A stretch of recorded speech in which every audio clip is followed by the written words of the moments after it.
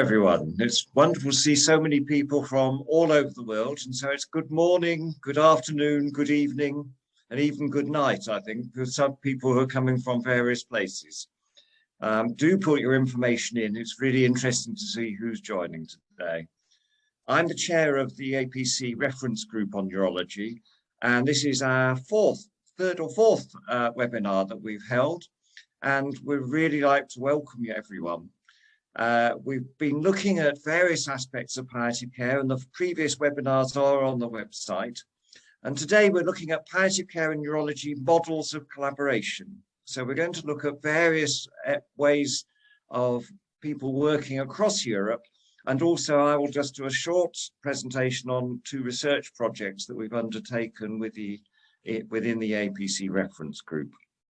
So as Joanne said, do put your questions in the Q&A. The chat, if we keep that for information, and the comments that you would like to make, it keeps Q&A for the questions if possible. So it's my pleasure to start the session today with Germany. And we have Alexander and Anna Christin from Charity in Berlin.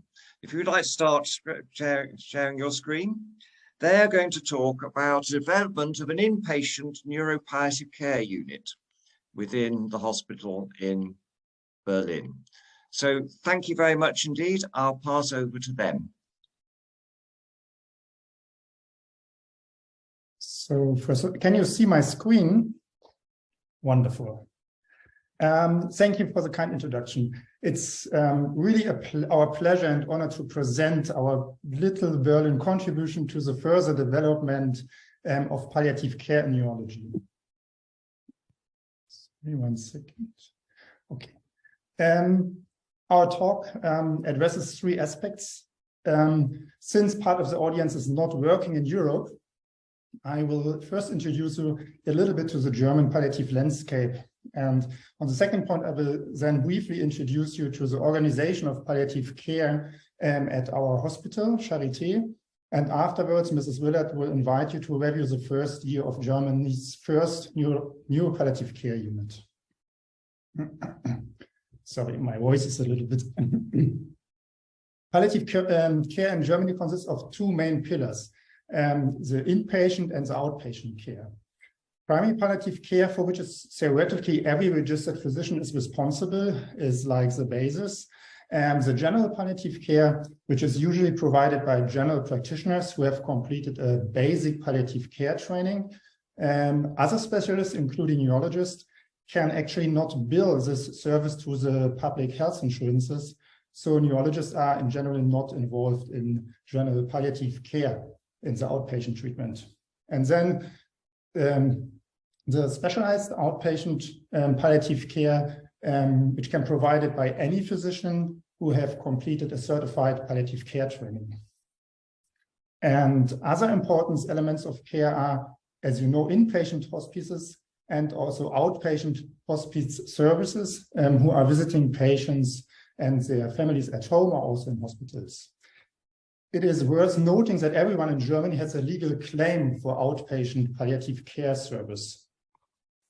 Now we switch to the inpatient palliative care, which also has 3 components.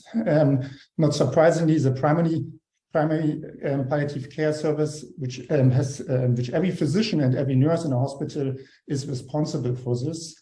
The external and internal palliative care consultation services, which with certified palliative care physicians and also nurses, and the palliative care units.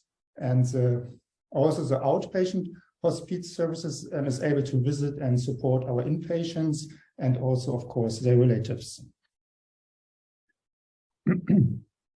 Berlin is pretty big, and I think a few of you are in London, of course, not in comparison to London. We are currently broadcasting, and I hope you can see my little arrow here, from the Virchow Klinikum, which is situated in the Berlin district of Wedding, and the Charité has 2 other hospitals, Charité Campus Mitte, and also the Campus Benjamin Franklin. We have 35 specialized outpatient palliative care medical teams and 43 specialized outpatient nursing care teams, which offer their services in Berlin. Actually, that sounds like a lot at first, at least, but there are enough gaps in outpatient care services to cause really long waiting times. So you see also here at the map, many green and gray areas where actually you don't have a really good support of outpatient care service. So now let me draw your attention to the purple markers. We have 14 palliative care units in Berlin providing 140 inpatient palliative care beds. That means it's around 37 beds per million inhabitants. And this is a little below the recommended number of 40 to 50 by the EAPC. In our hospital, again, the primary palliative care is the responsibility of the entire medical staff. Specialized care is provided through palliative care consultation services and also by the palliative care units. The palliative consultation service is available for all patients at all 3 campuses, with the clinics for neurology, oncology, and anesthesiology providing the physicians. The care nurses are independent from this team, but we are forming a big team.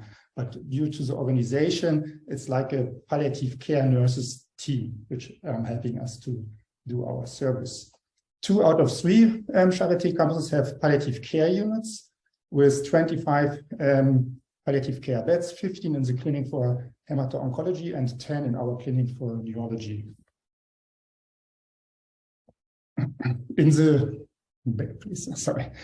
Department of Neurology, any patient will have with palliative care needs may present to the palliative care consultation service.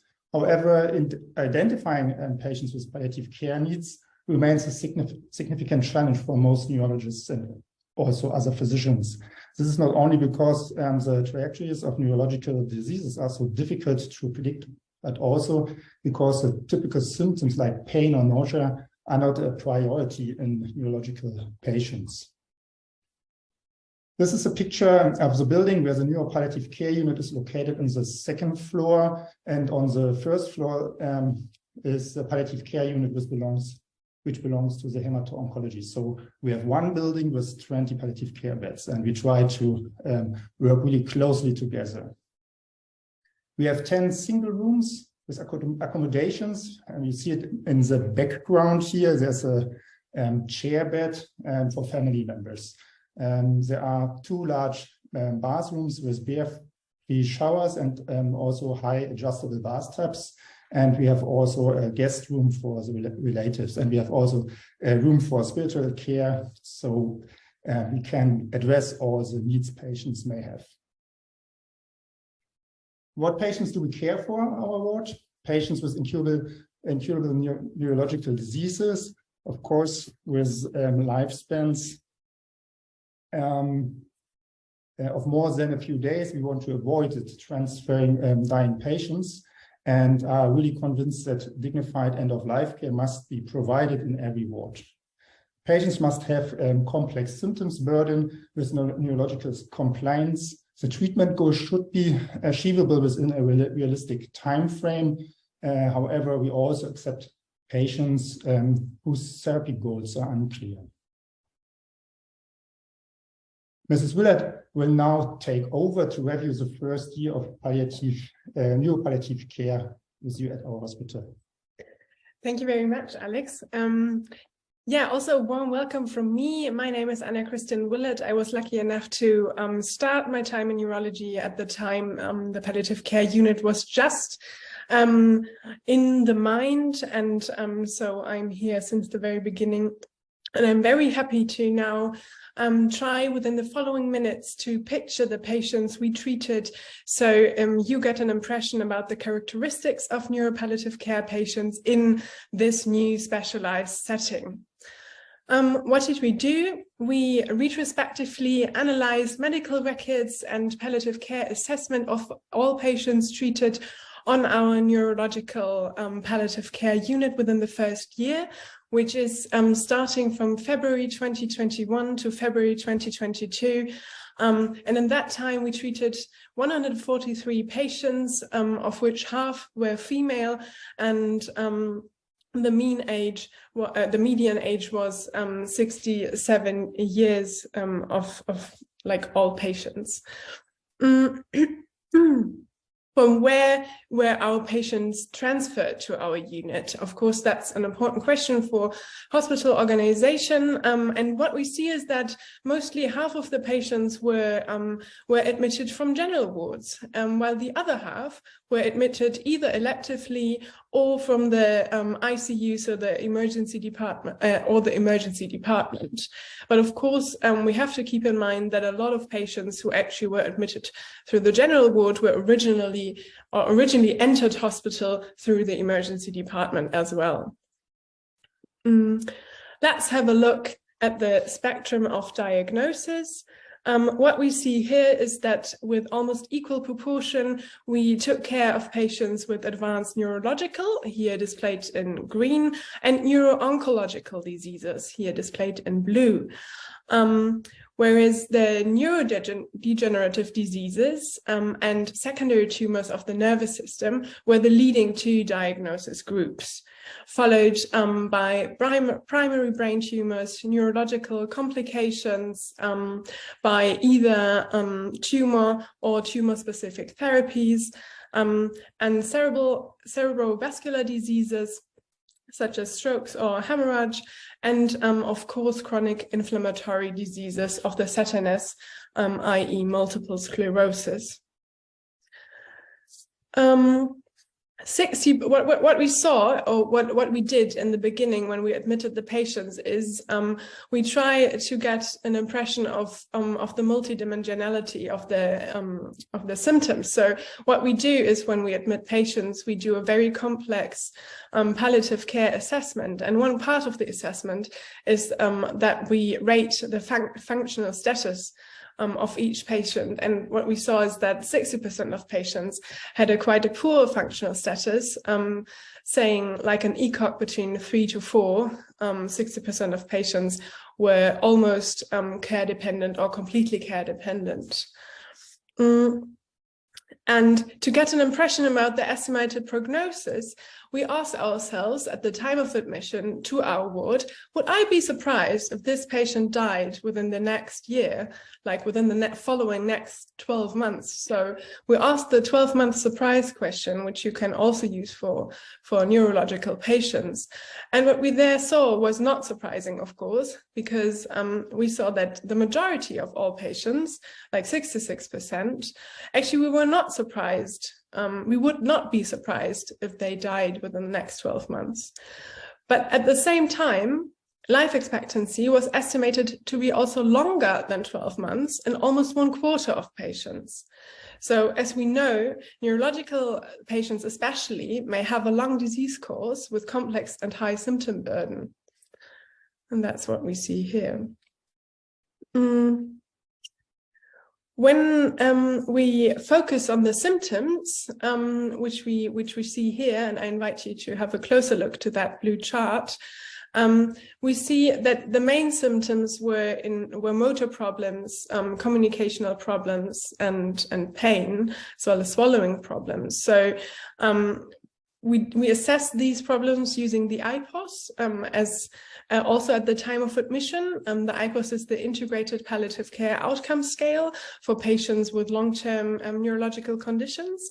But also at this point, it has to be noted that only half of the patients were actually able to fully complete this self-assessment tool by themselves, and the other half needed either assistance by the relatives, or their care team had to complete the assessment of symptom burden. So the complaints most frequently rated as severely to overwhelmingly burdensome were motor problems such as poor mobility, problems using legs or arms, fatigue, but also fatigue-associated problems such as fatigue, drowsiness, and feeling sleepy. And we also saw a relative number of patients showing difficulties communicating, problems swallowing, and of course pain. When we compare this to other palliative care units in Germany, we see that we know that autonomy and mobility affecting symptoms are also the main reasons for admission to PC wards in Germany. So there's something similar.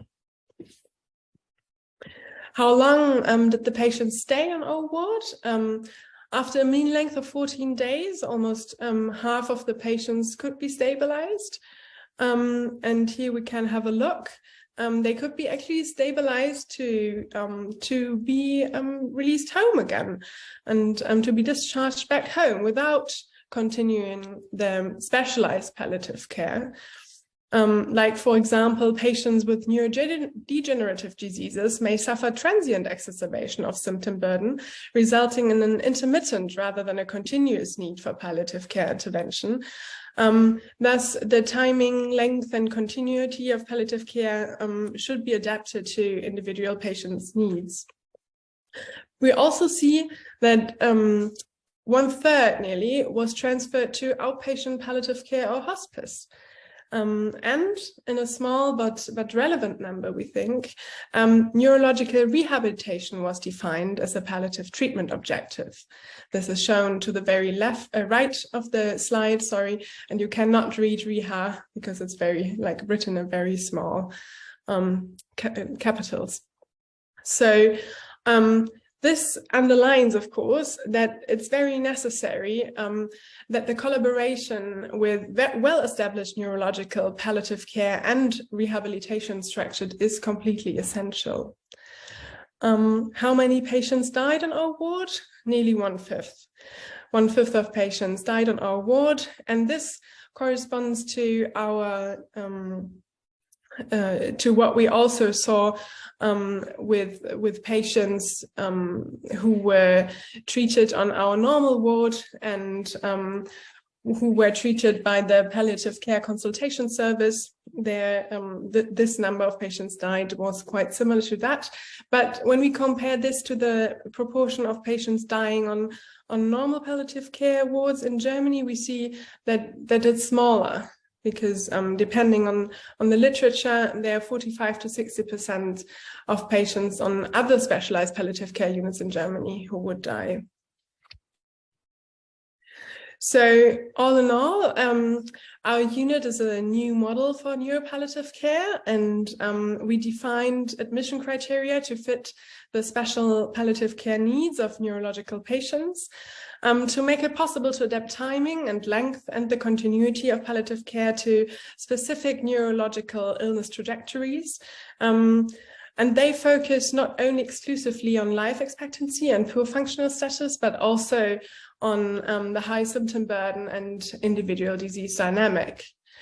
Yet, of course, with subspecialization, standardized criteria must be established for palliative care consultation on the general ward, and also for the treatment on a subspecialized neuropalliative care ward to direct resources. And now for the last words of this talk, I would hand over to Alexander Kowski again. The superintendent always has the last word, not always. And I have just a few thoughts to conclude. This kind of specialized care really works. We think it's a good model of integrated palliative care. We really learned a lot in the last 2 years it's really a new perspective we could gain.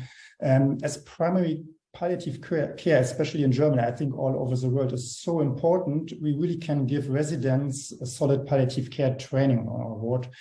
And eventually cooperation between outpatient and inpatient care must be improved. But this is true not only for Berlin or Germany, I think it's true for Europe and the world. Thank you so much for listening. Thank you very much indeed. That's really interesting. And can I just take up one question, one thing you raised with the residents you mentioned? Are they neurology residents or palliative care or both? Or actually, we start now with residents on the training for neurology, and they are asked to be with us in 50% of working time for a year on our ward. So they can, after what we call Facharzt, which is a specialization in neurology, to then gain the qualification for palliative care. Also, that's really a positive. It's something within the reference group we've been trying to work on. Can we have more education across neurology and palliative care? There's one question, if I may, just that came up, is do you admit from home? I assume when you put elective, that would probably be from home? Yes, sorry, probably it got lost in translation. With electively, we mean from home or the elderly home. Yes. Thank you very much. That's just we'll have plenty of time for questions at the end. So thank you very much to Alex and Anna-Kristin. And it's my pleasure now to move over to a different part of outpatient clinic. And we're very pleased to have Anna-Rika from who's a rehabilitation physician from the Amsterdam University Medical Center in the Netherlands. So she's going to talk about an outpatient approach to diagnosis and planning. Thank you very much indeed, Anna-Rika. Yes, thank you, Oliver. Good afternoon, everyone. I say hi from the Netherlands. Today I present our approach to diagnosis and planning of specific ALS patients in the Netherlands. And I present this using the new Dutch guidelines of palliative care in ALS. So first, the situation in the Netherlands. At this moment, there are 1,500 ALS patients in the Netherlands. Every year, 500 people are diagnosed, and also 500 patients die from this progressive disease. The diagnosis is made by the neurologist at the Amsterdam or the Utrecht University Medical Center. And after this, patients are guided through one of the 25 certified multidisciplinary outpatients ALS clinics.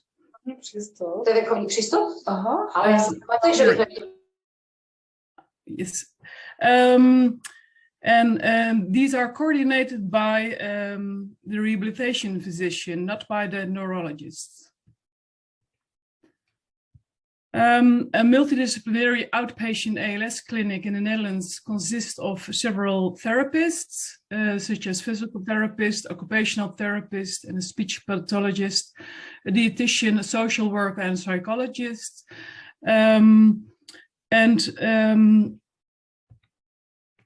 These guidelines are made for the therapist, the speech therapist, physical therapist, and occupational therapist are revised in 2019-2020. But the overall ALS guideline was made in 2009 and was based primarily on consensus-based symptom management. And the new Dutch guideline, palliative care in ALS, has several modules created following a bottleneck analysis, which showed that most of the bottlenecks were related to advanced care planning, recognizing guiding patients with cognitive function impairment and behavioral change, meaning and spirituality, and the organization of care. And in addition, a module on sexual health was added. So first, the module organization of care. I told you earlier the diagnostic and guidance phase. And after that, the terminal phase is performed in the Netherlands by the general practitioner or the physician in the palliative care setting, such as in hospice or nursing home. What are the recommendations for the neurologist and rehabilitation physician in the diagnostic phase? At Amsterdam UMC, the first of the neurologist provides direct transfer to both the rehabilitation physician and in a multidisciplinary ALS clinic and the general practitioner, both verbal and written. And he or she schedules within 2 weeks a second appointment to answer and provide information consistent with patient caregivers' perception and needs. And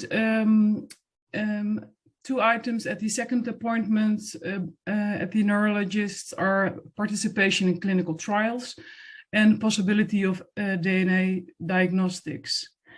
And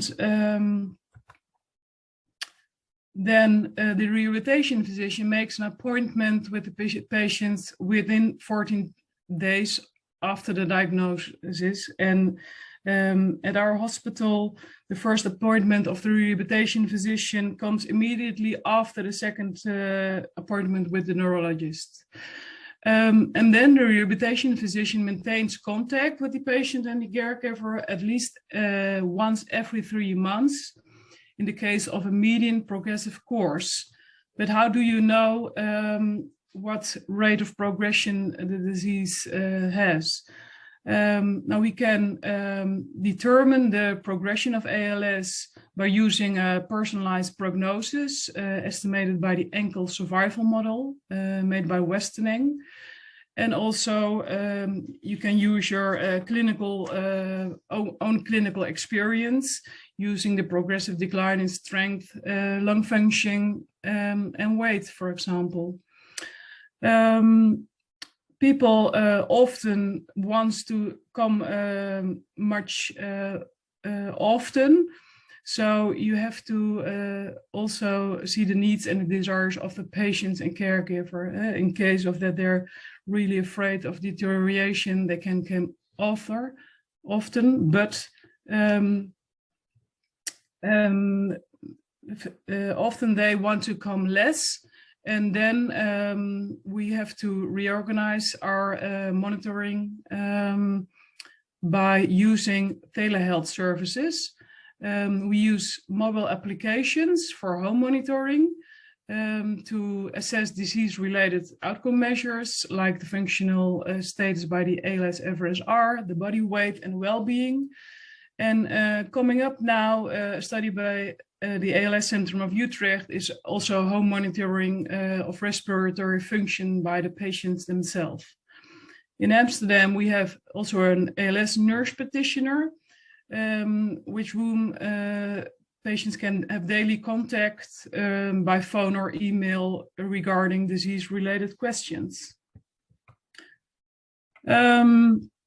So recommendations further for organization of care is that you have to work with organization whose health professionals has sufficient knowledge of ALS and they receive training from the ALS clinics, and that you have to designate a person from the ALS clinic team as the primary contact person for patients and caregivers, and also a person as the primary contact with caregivers outside the ALS clinic team. So more recommendation is that you can offer training for home care, nursing, home staff and primary care providers, and that you have consider an annual joint evaluation of those collaborations. And you have to act proactively toward healthcare providers and stakeholders of ALS clinic teams. For example, research consultants and providers. We did a project called First Time Right with those research consultants and providers to get the adapted chairs for patients much faster in their houses. That's an example. Then the second module in the guideline is advanced care planning. You have to start the ACP directly from diagnosis. And as a rehabilitation physician, you have to inform the patients about this advanced care plan. Each consult evaluate the physical condition and discuss the treatment option and their desires. Then you, when symptoms increase, refer to the relevant healthcare providers. So like when referral to a pulmonologist when they have to speak about willing to have non-invasive ventilation or enteral feeding. A referral to the intervention radiologist of the EAPC is needed. And you have to involve those healthcare providers early as soon as detailed information to the patient is needed. You have to evaluate treatment wishes every 6 to 12 months and consider wishes and agreements regarding resuscitation and the extent of treatment in critical conditions of patients in the ICU. And what I say earlier, invasive ventilation or enteral feeding, and the place or end of life care and place of death. And also important is to link every time these outcomes of each consultant back to the ALS clinical team and also the general practitioner or the hospice specialist. In this advanced care planning, pay attention not only to the physical symptoms, but also to the psychosocial and the existential problems. I mean, meaning and spirituality. Because patients with ALS are two processes going on, the loss of physical function and loss of life. So you have to pay attention to the caregivers and loved ones also, and the children. Also when the patient is deceased, I always write in a condolence letter and spoke to the caregivers afterwards. You have to be alert to loss of meaningful activities and consider referring the patient and caregiver to your social worker or a psychologist. And also as a rehabilitation physician, I plan home visit with the general practitioner to conversate about sense making. In the AMC, the psychologist is doing a study, Making Sense, it's called, an online meeting centered psychological intervention for individuals with ALS. And this is based on a meaning center group psychotherapy developed by William Breitbart, which has been proven effective in cancer patients. And the data collection is still going on. Now, what if patient's speech is impaired in the ACP phase? Ask the speech therapist about conversation techniques and or communication aids, and consider asking closed questions more often, and consider whether the patient is comfortable communicating in this way, because it also can take a lot of energy from the patient.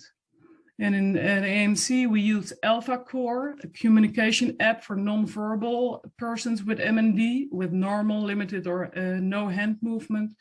And this can specifically tailor to the daily situation of the patient with those items you see here. Cognitive dysfunctions and behavioral change, the recommendation is to screen on these impairments with the ACAS and the ALS-FTDQ. And also, if necessary, repeat those questions and or perform a neuropsychological examination and inform the patients and the general practitioner. And in case of severe cognitive problems in FTD, provide targeted education by your neuropsychologist. The last module is sexual health. This topic was suggested by the working group because it was stated that it has not yet received sufficient attention. The recommendation is to choose a focus officer within your team to proactively address sexual health with the patient, and also that this focus officer received training. And this focus officer can educate and identifies concerns and questions from the patients and partners, and also test what the biopsychosocial factors are which negatively affect sexual health. And this focus officer can also design it according to the needs of the patients and treatment, and decide which discipline can contribute to this. It's important that patients can also talk with a therapist without his partner, and that you also discuss sexual health with single patients as well. And that when you're prescribing medication in ALS, that you consider the potential impact on the patient's sexual health, such as, for example, when you prescribe medication of salivary loss, a patient can get a very dry mouth and start smelling out their mouth, and then make a consultation by the speech therapist and a dental hygienist is important.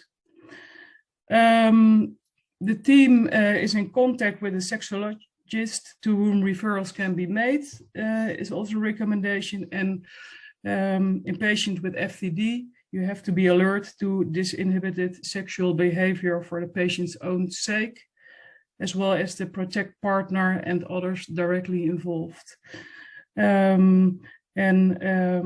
You offer them psychoeducation by a neuropsychologist or a specialized FTD nurse to the patient and the partner directly involved.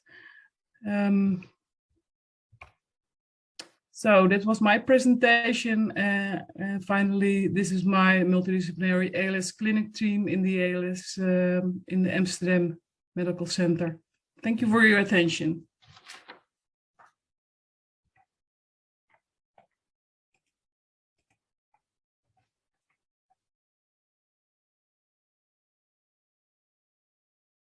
I'm not hearing you, David.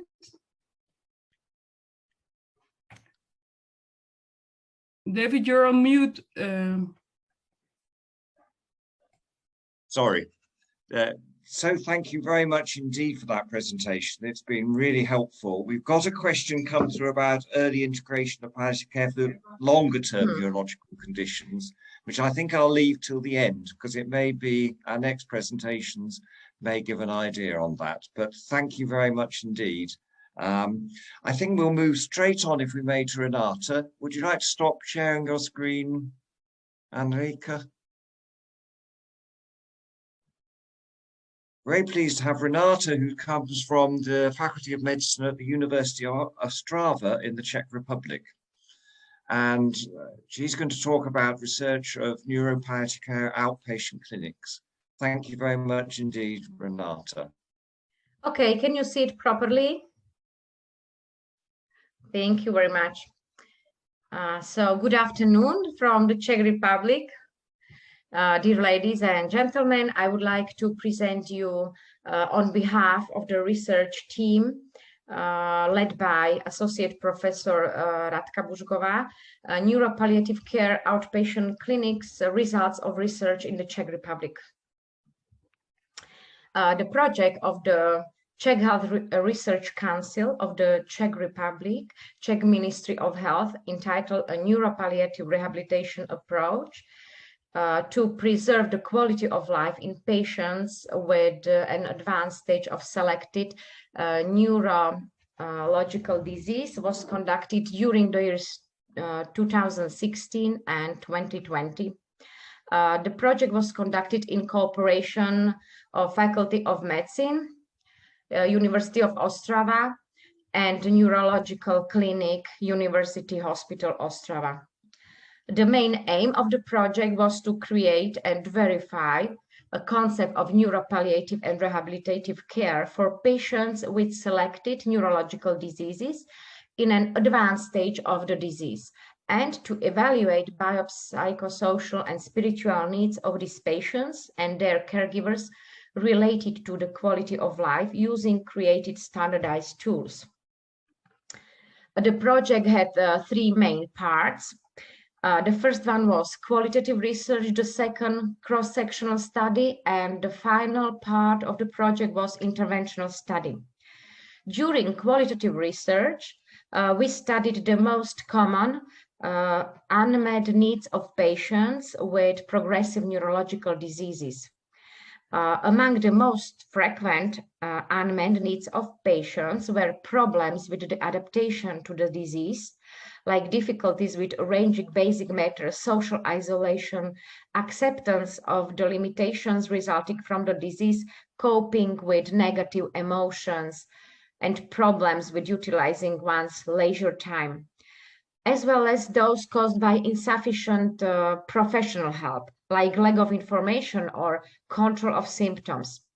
Regarding the relatives, the most frequent unmet needs that were identified included the lack of information, high demands on the caring family, insufficient support of the health and social workers, and problems with securing health and social care. Palliative care provided to patients with progressive neurological disease can result in an improvement of the quality of their life. Based on the identified unmet needs of patients and their relatives, and through an analysis of experts' discussion, it was suggested how to implement a concept of neuropalliative and rehabilitation care for patients with progressive neurological disease into the system of the health and social care in the Czech Republic. Based on the discussion of the focus group, a three-level model was designed, including the palliative and neurological care in the following stages: supportive care and complex rehabilitation, neuropalliative rehabilitation, and specialized palliative care. All levels include multidisciplinary professional care completed with informal help and the help of patient organizations to support the care for the patient in his or her home environment.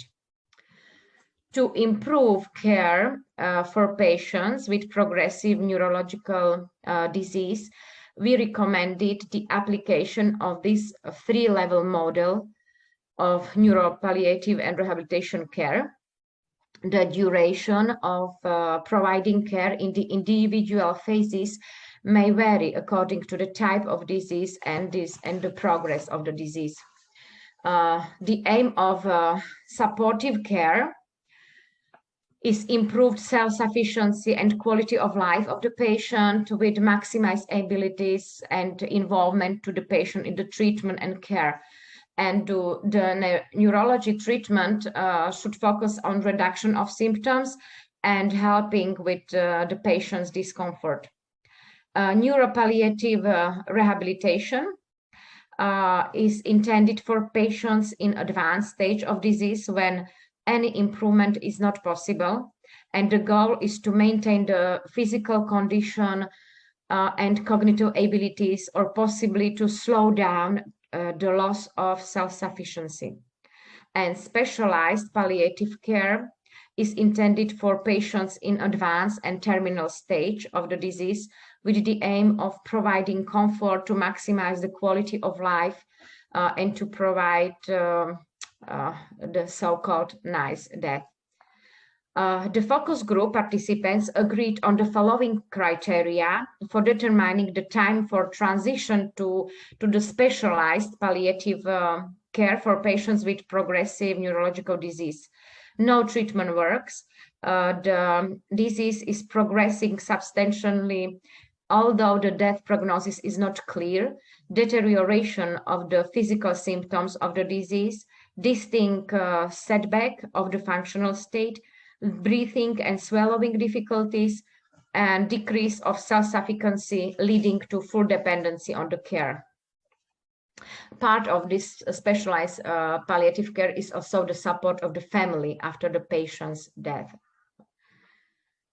Following the qualitative research, the cross-sectional study was conducted as the second part of the project. And since patients, family members, and professionals have different views on how patients with progressive neurological disease and their family members perceive end-of-life care, we decided to create a questionnaire identifying the ethical aspects of end-of-life care, including opinions and attitudes of patients and their family members. The Czech versions of this questionnaire had good psychometric characteristic when applied to patients and family members, and can be recommended for use in research and also in clinical assessment in the Czech Republic to healthcare provision in the advanced stage of the disease. The questionnaire has 28 scale questions divided into 6 domains.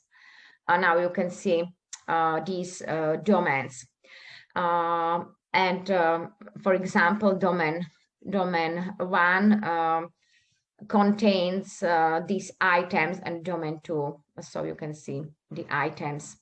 To identify the attitudes of progressive neurological disease patients and their family members regarding end-of-life care, the sample of 327 participants were surveyed, and it was surveyed that family members more frequently favored patients being kept alive at any cost, and patients more commonly wished to have their end of life under control. And finally, as the third part of the project, we performed an interventional study, randomized controlled trial study design, with sample of 155 patients with progressive neurological disease. And a patient who met the following criteria was included in the sample. Sample of patients with progressive neurological disease diagnosed was with selected disease like multiple sclerosis, Parkinson disease, motor neuron disease, age more than 18 years, scoring on palliative performance care less than 70 points, and mini mental state examination more than 24 points, and consenting to participation by signing informed consent. The selected patients were asked to join our study.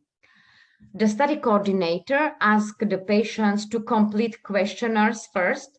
It was 3 questionnaires, some symptomatic scale, quality of life questionnaire, and care satisfaction at the beginning of the study and 3 months after the intervention. Medical doctor evaluated the functional state through scales and assessed the disease progression at the beginning of the project and after 3 months after intervention. Patients were randomly placed either in intervention or control group, and the intervention consisted of neuropalliative care in the form of consultations with a multidisciplinary palliative team. The control group patients were provided with standard care. Standard care included routine care by a neurologist, like a routine visit in an outpatient setting or institution care. The neurologist consulted symptoms and prescribed medication. The nursing assistant care was provided to patients who lived in a nursing home or social institutional care. And in these facilities, the standard care was provided by a neurologist who visited the facility externally. The patients in the control group could consult with a multidisciplinary palliative team after the study. The study coordinator assessed the needs of the patients, and after the assessment, he suggested the individual consultations with specific experts based on the patient needs. The duration of the consultation was from 45 till 60 minutes, and it was provided in the outpatients department at the facility or at home of the client. The intervention was provided in a form of consultations with multidisciplinary palliative team, including a doctor, a neurologist, a palliative care physician, a nurse, social worker, psychologist, priest, physiotherapist, speech therapist, and occupational therapist.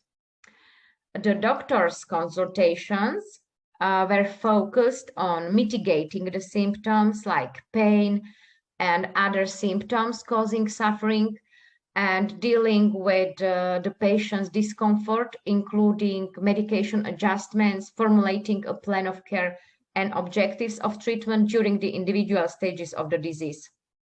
The physiotherapist and the occupational therapist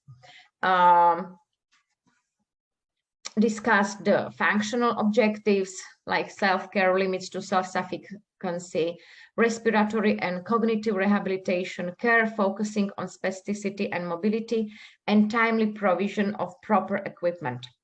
The speech therapist recommended care focusing on the option of alternative communication in case of speech difficulties.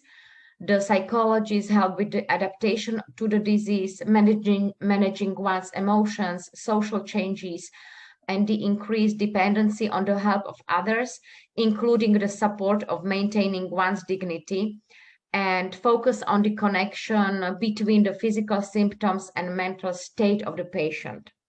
The social worker discussed the options of financial support and securing the social services. In this part of the presentation, I will present the main result of interventional study. In our sample, pain and fatigue were identified as the symptoms that trouble the patients the most. After the intervention, there was a determined statistically significant improvement in the evaluation of 9 out of 11 symptoms, except excretion and urination. Among the patients from the intervention group compared with the control group. Before the provided intervention, there was not found any statistically significant difference with respect to the evaluation of cognitive functions, functional state, and symptoms of the control group and intervention group. And after the intervention, there was identified a statistically significant difference between the control group and the intervention group with respect to the evaluation of, for example, activity of daily living. The assessment of the given items was more positive in patients from the intervention group.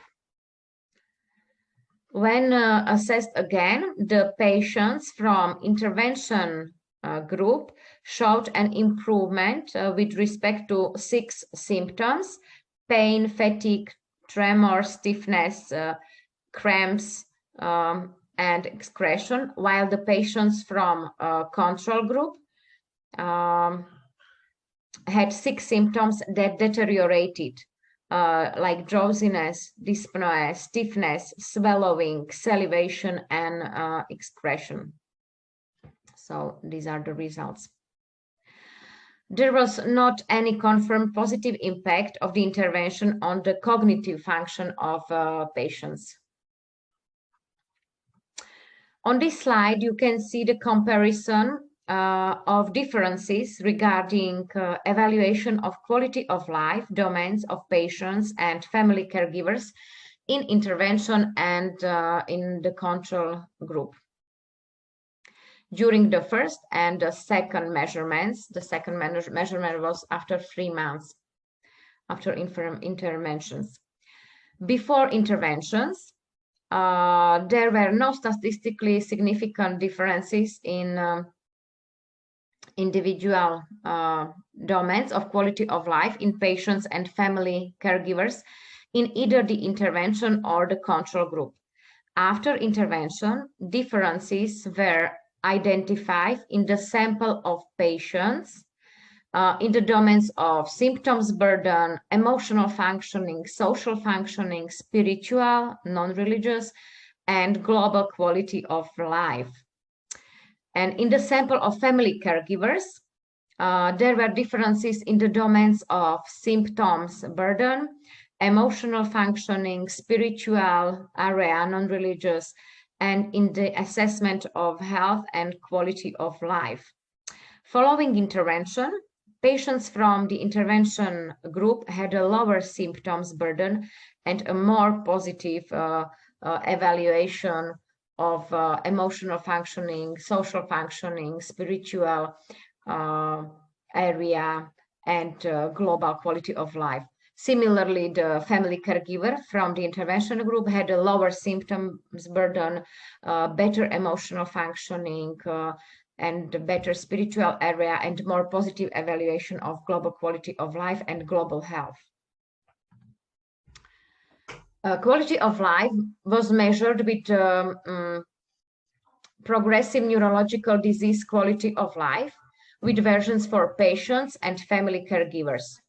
It was developed and validated in our research project. This questionnaire includes symptomatic and functional scales and assessment of global health and global quality of life. The patients and family caregivers from intervention group scored lower, had better quality of life on the symptomatic scale, and in all domains of the functional scale except the spiritual and religious domain. After intervention, patients and family caregivers evaluated global quality of life and global health more positively. On the other hand, the patients and family caregivers from the control sample did not demonstrate any statistically significant changes. Evaluation of satisfaction with provided care was performed with a modified version of Canadian Healthcare Evaluation Project questionnaire, which includes 21 items grouped in 5 domains: global satisfaction, relations with doctors, satisfaction with the care of health workers, disease management and communication, and decision making. When assessing their satisfaction with the provided care, patients with progressive neurological disease and family caregivers from the intervention group reported significantly higher satisfaction with the provided care in all evaluated areas. Patients and family caregivers from the intervention group evaluated their satisfaction with the quality of care provided significantly more positively in all 5 analyzed domains. The most significant finding of this research is the confirmation of the positive effect of the interventions and provided to patients with progressive neurological disease and their family caregivers on quality of life in almost all areas. We can say that consultations with a multidisciplinary palliative team may help patients with progressive neurological disease to change their subjective view of quality of life in a positive way. I would like also to tell something about current situation on providing consultation after finishing the project. There is a palliative team of the University of Ostrava, which provides consultations as part of hospital care or for outpatient care patients. And consultations, we have to say that they are not provided at home care environment due to financial reasons, except clients of mobile hospice.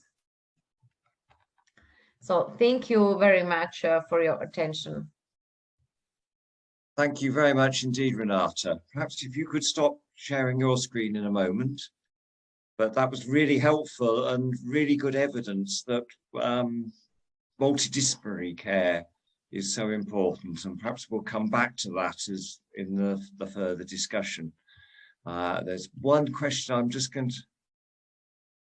There was one question, but could you elaborate on the role of the palliative care physician in the multidisciplinary team?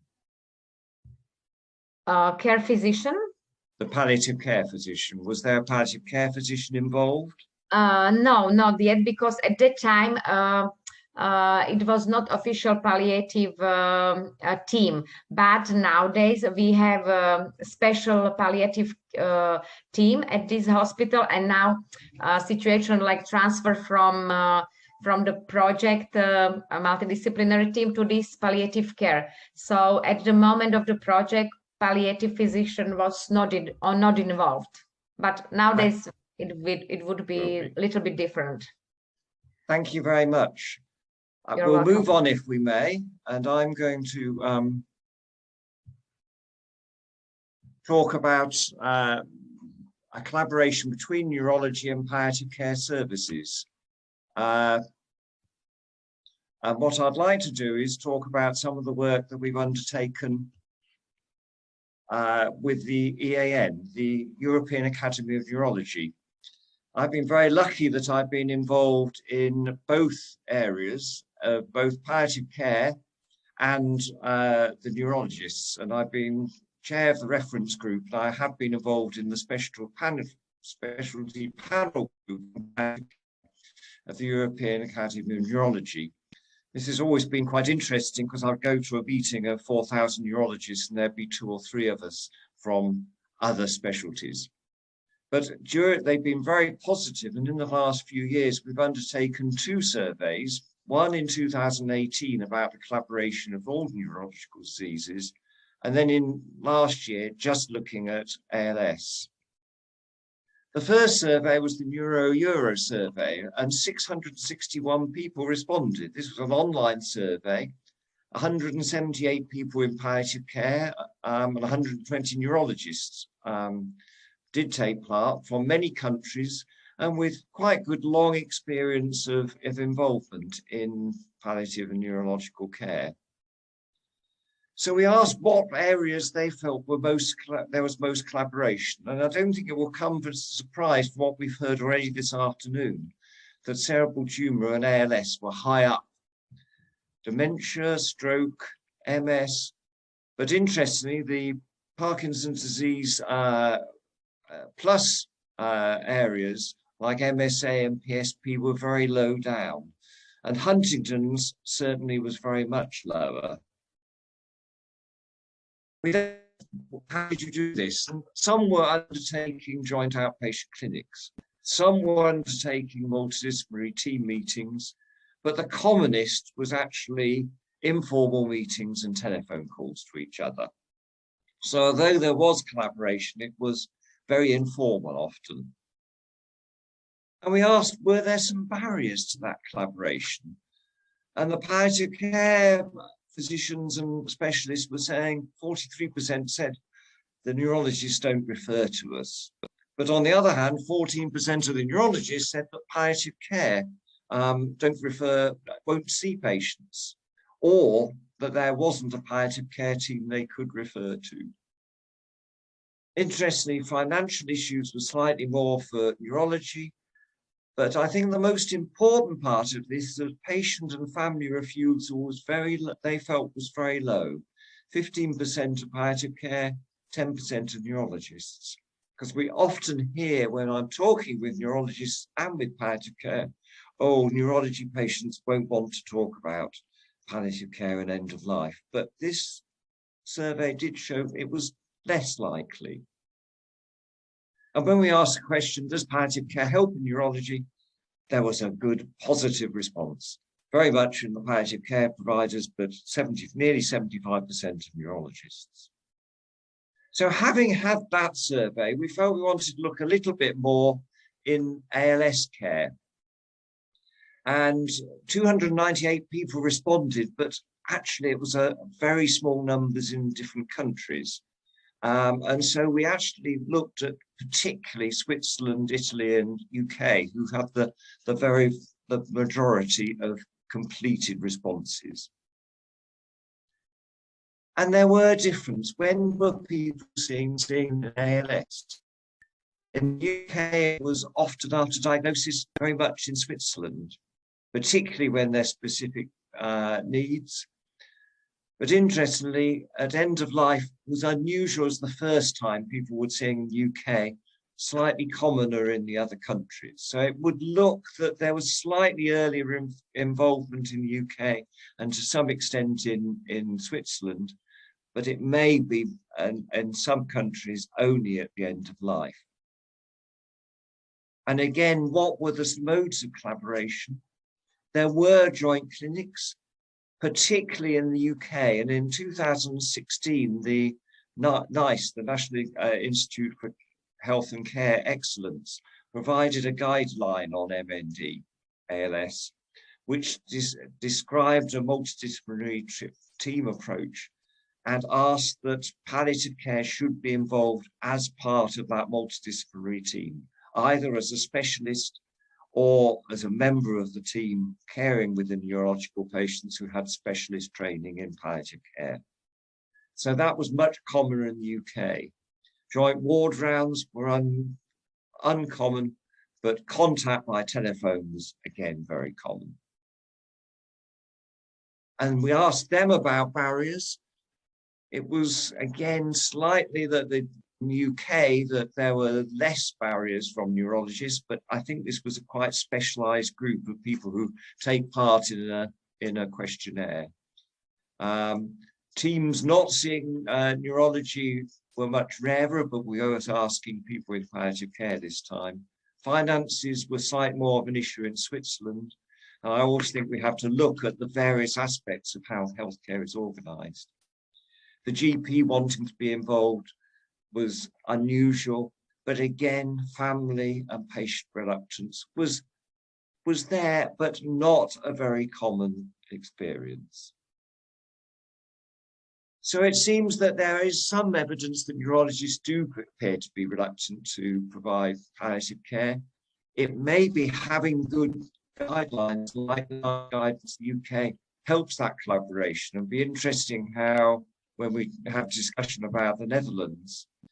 And I think more importantly that patient and family reluctance not to have palliative care was not that common. So basically what we showed was that collaboration doesn't occur, often informal.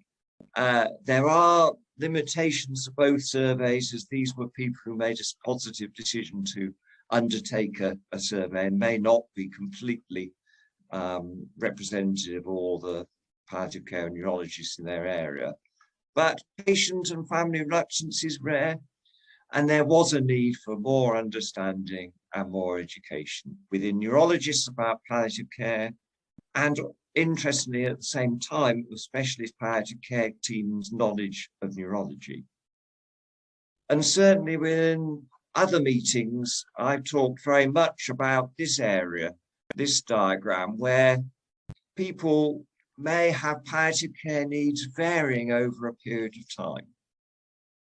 Perhaps soon after diagnosis in ALS, MND, what on earth is this disease? Then my swallowing is getting problematic, or should I have a gastrostomy? Then a little bit later, it will be my breathing's a problem. And then at the end of life, and as was said earlier, the support for families in bereavement. But in Parkinson's and other diseases, that may be over a period of 20 years. In ALS, MND, it may be over 2 or 3 or 4 years. And how do we know when those are their particular needs? And this is Simon Veronese for Trin helped with this diagram, put these little magnifying glasses, suggesting that an IPOS or a way of assessing people's symptoms and issues on a regular basis might suddenly highlight to everyone, we need some extra help.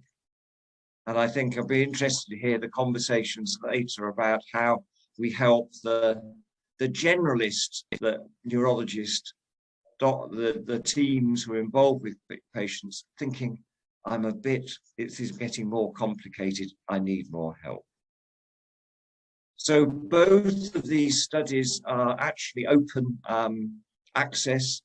The slides will be up and around as well, so you can see, but do look at these. They're open access, easily available. So we come to a wider discussion, and there are a few questions that have come up. One I think was quite interesting very early on was particularly to Alex, how did you identify this gap and how did you sell the idea? The idea is for free, we won't sell it.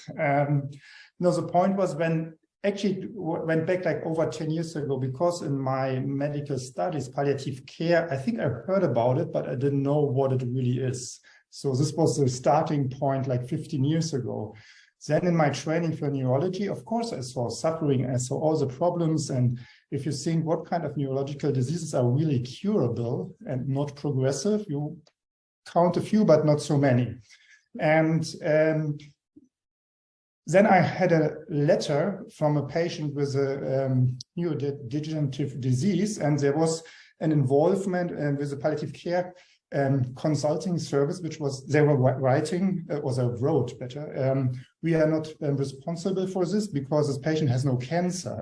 And this was really like one of the things, that just a few things that made us think about. And we started actually with our palliative care service in-house to try to treat the patients better. But the problem is we have usually 2 bedrooms, and then you have a patient with a severe migraine, and then the next patient is suffering from ALS or other really severe progressive diseases. And then you had to switch the mind of making like emergency neurology, and then you have this palliative care setting. And this was so stressful for the patients, but also for the team. And then we decided we had to change. We had to change the structure for this patients. So after like planning and construction of around like 4 to 5 years, in February 2021, we opened our ward for neuropalliative care. But we are also happy because we both are palliative care and neurologists, and we are also happy to help patients without neurological diseases. It's not so often, but of course we feel responsible. Thank you. I don't know whether anybody else has a thought of how you managed to get your services and what you were doing to sell it to other doctors and the patients and the health authorities who pay for things. I think there's 3 cells, but Enrique, was it very much that came out of the guidelines that the service could develop more? Yeah, it was more a qualitative analysis on forehand where the gaps were. So yeah, they call it a bottleneck analysis. So therefore, these 5 modules came up. And I also wondered, do you ever get resistance from the barriers of patient and family resistance to having some of these discussions, particularly about advanced care planning? Yes, it's my experience. It's also always difficult to plan these items, and the guideline tells you to start with it. But my experience is that you have to make first and get to know the patient, and you have to feel when you can spoke about some items, sometimes not directly. It's more the coping style of some patients. Sometimes they have an avoidance coping style, and sometimes they want to have more information. So I tested also, is it difficult that some caregivers want to more information and the patients doesn't want it. So it's very difficult sometimes, yeah. We certainly see it in the UK, the "don't tell me, tell my wife." Yeah. I understand. Or the other way is the lady says, "For goodness sake, don't ask my husband, ask my daughter. She's the sensible one." Yeah. That's hard because when there are 3 people in your room and there are 3 different coping styles, so it's hard for you as a health provider. Yeah. And Renata, coming back to this, how easy was it to carry on having palliative care involved with neurological patients, with what is now carrying on in the system? How easy? It was not very easy, but because it was supported by the project, and the leader of the research was so enthusiastic, this Associate Professor Bushgova, about this. So it takes hours of negotiation, communication to persuade the neurologists to be involved in the team. And finally, I think it was good, because as a success, I would say there is a book in the Czech language for neurologists, and the book is about palliative care in neurology, what is quite a good result. So now all neurologists can have access to not only results, but also the concept of neuropalliative care. But I can say that it's so like the beginning of the process to implement palliative care in neurology. And also the thanks to a new palliative care team in hospital, slowly palliative care is implemented to all departments, including neurology. No, thank you. And I think the evidence is really important. Yes. I use your study, and there are other studies. And what seems to come over in all the studies that show good effectiveness is the multidisciplinary team, where there's been just a neurologist or a palliative care physician with a nurse providing some support to families. That has some effect, but not a big effect. As soon as it becomes a multidisciplinary team and a wider input, it seems to have more of an effect. And that's something we have to sell. That's true. And a couple of questions have asked about multidisciplinary team. In Berlin, do you have physiotherapists and occupational therapists within your team? Yes, we do. We do have physiotherapists, we have speech therapists, we have manual therapists, and also a chaplain for spiritual care belonging to the team, but they also do work for the general hospital. So we have to share them. Yes. But are they developing expertise in neurological care? That's the important. They do. Yes. And may I add one thing, because our nurses are also multidisciplinary, because we have nurses from hospices, we have nurses from outpatient services, from neurology, from surgical wards. So and palliative care, of course, sometimes specialized, some are specialized, not all of them so far, but they will in the next years. So we really can learn also a lot of from the nurses as a physicians. And Anarike, its multidisciplinary team is very much involved by the sound of it in the ALS care there. Sorry, was a question for me? Yeah, the multidisciplinary team is very crucial within your services. Yeah, and all our therapists are specialized, but they give also advice to therapists in the primary care. So patients who live not nearby the hospital can also get to the primary care physical therapist, who gets expert opinion from our physiotherapists and also occupational therapists. Yeah. Because I think I like your first time right. I'm sure we've all seen in the community where lots of physiotherapists suggest lots of different aids. Mm-hmm. And someone's garage is full of wheelchairs and frames and things. None of them work, and they don't use any of them, but getting the right one that can be really a help. Yeah, so you have to educate those persons that this disease progresses very fast, and that they have the first time right when they visit the patient, then not 3 times right. Someone has also asked about the early integration of palliative care into other long-term neurological conditions. I didn't know what thoughts you all had. I mean, with ALS, we know the prognosis is probably 2, 3, maybe a little longer in years.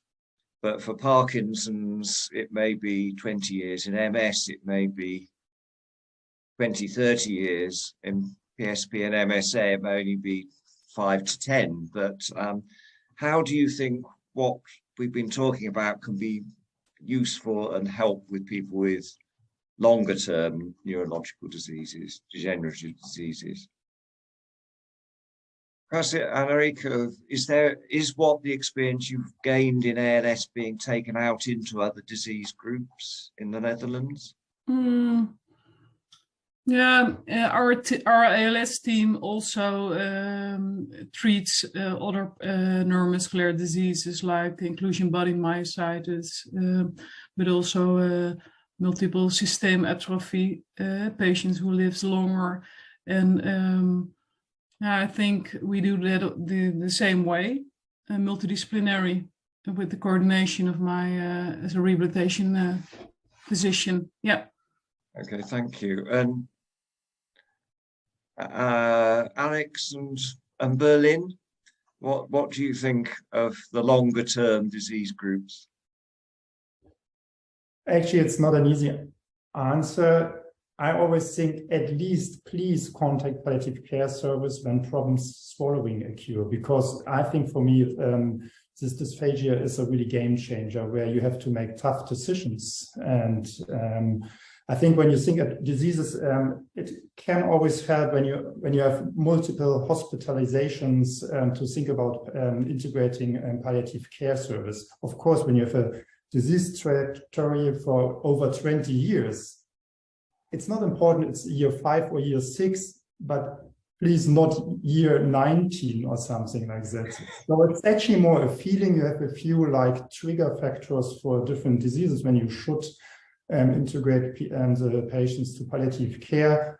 But actually it's a little bit experience. You cannot have like an SOP for this patient now has to. And it's also how you like build a connection to the patients. If you have a good one, it's easier to integrate early. If it's like you see them just like every 5 years, then it's harder. So sorry, I have no clear answer for this, but maybe Anna will add something to this. Well, there are certain elements, of course, that can be integrated early enough, like advanced care planning, for example. But also with this, we see patients are not equally open to the topic, which can make it different from delivering the diagnosis and also introducing the concept of advanced care plan. Not everyone is open at that moment, but still you can catch up. We're thinking of when we do a webinar on MS, because I'm involved in some studies on advanced care planning and MS, and many MS patients says that doesn't apply to me. You know, it's nothing to do with me. Renata, I don't know how much what has happened is being taken up by neurologists and palliative care in other parts with other disease groups. Do you think that the knowledge that's been gained is helping to improve care for other diseases, other neurological diseases? Yes, I think because several neurologists from neurological clinic were involved, and also we did several workshops. We discussed the problems of neuropalliative care. So the awareness of palliative care, I think, increased significantly also among the neurologists. So I think the answer is yes, that some principles of palliative care are applied also for other patients. And as I mentioned earlier, the big help is palliative care team in hospital, which is aware of the problems, and also these two big factors, results of our research, as well as the palliative care team helped increase awareness medical doctors about palliative care. So I think it will be improved slowly. Now it's like big change, and now it will slowly improved. I hope so for patients. Thank you. I had a very interesting question stroke comment from Bernadette saying, I feel paralysis and reduced function is not recognized as a symptom in palliative care. Any thoughts for any of you on that? Which one? Excuse me? That reduced mobility, weak paralysis and reduced mobility aren't actually seen as symptoms. Both of your studies had those on your lists. Yes, because it was from the scale. Yeah. We use it as a scale, and yes, you are right. So it is maybe a question to discuss how to deal with this. I don't know. And it may reflect that from the cancer base that's happened before, that everyone was expected to get weak.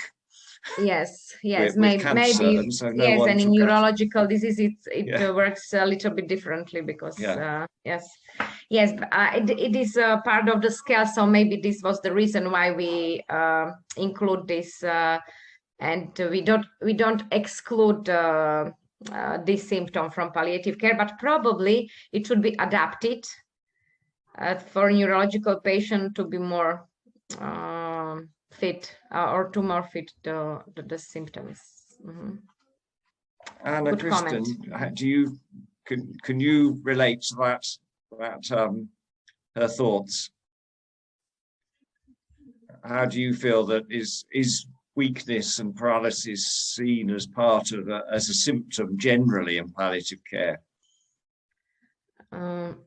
Well, I would see it as a symptom because it affects all the levels that you try to treat and try to consider in palliative care, like not only the physical, but also the psychological and social level. So of course, and spiritual. So of course, it belongs to the symptoms. And Anna-Rika, to end, it's as a rehabilitation consultant, paralysis, weakness is very much part of your main role.